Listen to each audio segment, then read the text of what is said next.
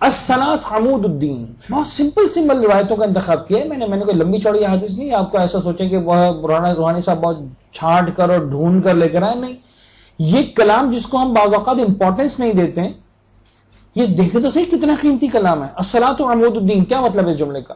نماز دین کا ستون ہے.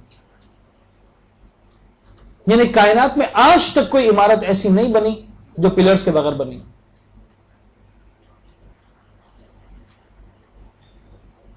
یعنی مکمل دین کی عمارت ہے. جتنی بھی چیزیں ہیں اس کے اندر، جتنے کمرے، جتنے دروازے، جتنی کھڑکیاں، جتنی آسائش، جتنی سہولتیں، سب کچھ ہے. یاد رکھنا اس کا پلر اگر ہے تو نماز ہے. اگر یہ نہیں ہے تو تمہارا خیال ہے کہ تم دین کی عمارت تعمیر کر رہے ہو، کچھ نہیں اس کے اندر.